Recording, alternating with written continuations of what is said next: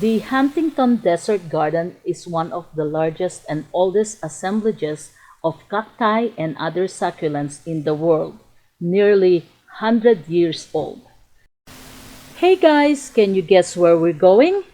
At the moment, we're driving on California Highway 101 southbound, and we're going to visit the Huntington Library, Art Museum, and Botanical Gardens. The Huntington is located at 1151 Oxford Road in San Marino, California, northeast of Los Angeles. We decided to visit this place because I love gardens and arts. So I think this will give me some inspiration for my backyard garden. My main goal is to check out their succulents garden, what they call it, the cactus garden or the desert garden. If you like succulents plants and flowers, you may get some inspiration in this content. So please stay tuned until the end of this video. In the meantime, let's enjoy the ride and we'll see you tomorrow in Huntington.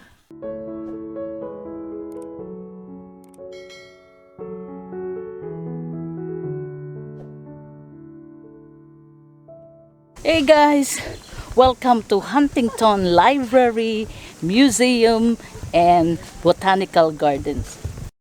Good morning. We are now here in our destination, the Huntington Library, Art Museum, and Botanical Garden. This is a collection-based research and educational institution serving scholars and the general public. We know that one day is not enough to see the whole place, so our focus today is to explore the gardens. There are more than a dozen themed gardens to explore, but because it is huge, I don't think we will be able to visit all of them. So let's get started at the Cactus Garden. By the way, the admission ticket is between $13 to $29. Just visit their website to make a reservation. The Huntington Desert Garden is one of the largest and oldest assemblages of cacti and other succulents in the world, nearly 100 years old.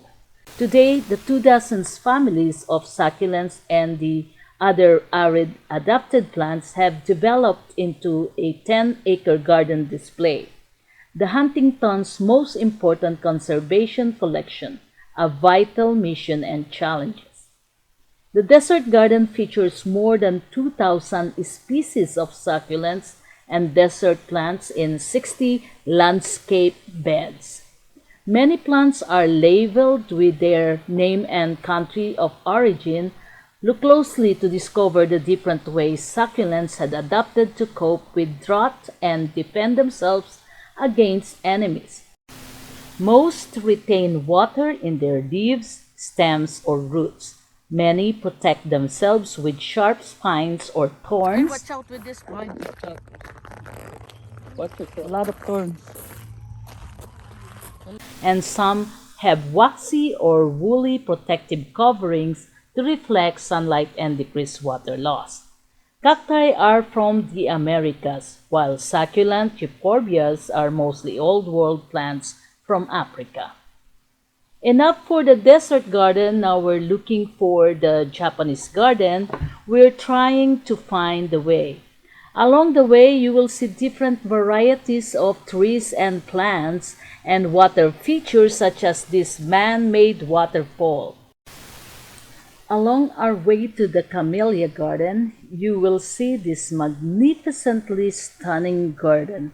The luscious layer of colors and the different shades of greenery make this scenario perfect for taking pictures and film. I'm just not sure what garden theme is this, so guys, if you know the answer, please leave a comment below. If you have been to this place, please let me know what part of the garden is this. It is beautiful.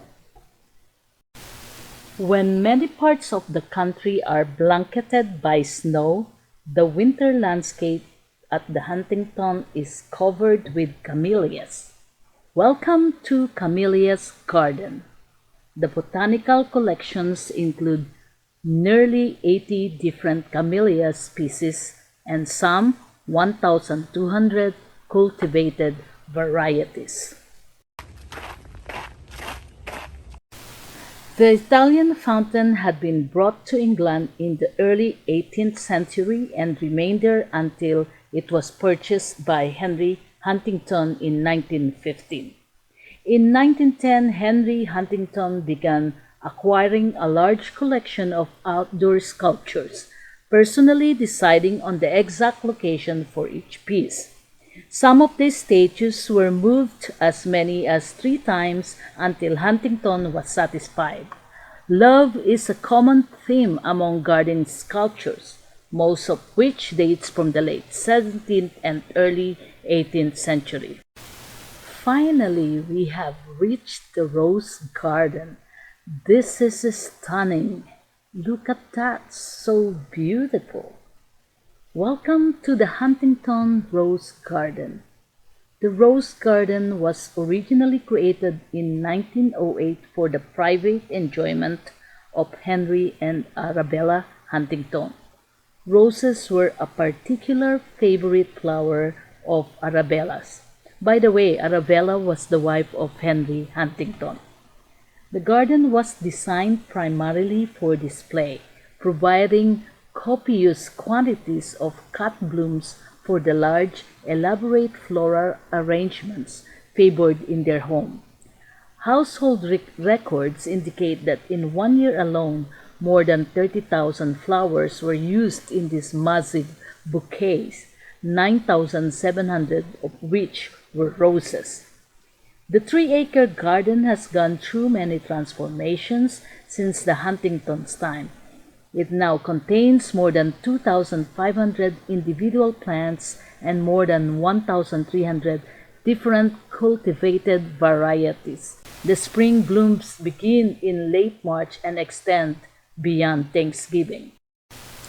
An arbor-covered pathway from the rose garden to the entrance of the Japanese garden is a particular photo favorite when the climbers are in bloom.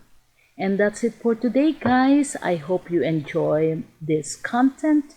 The Huntington Library, Museum, and Botanical Gardens.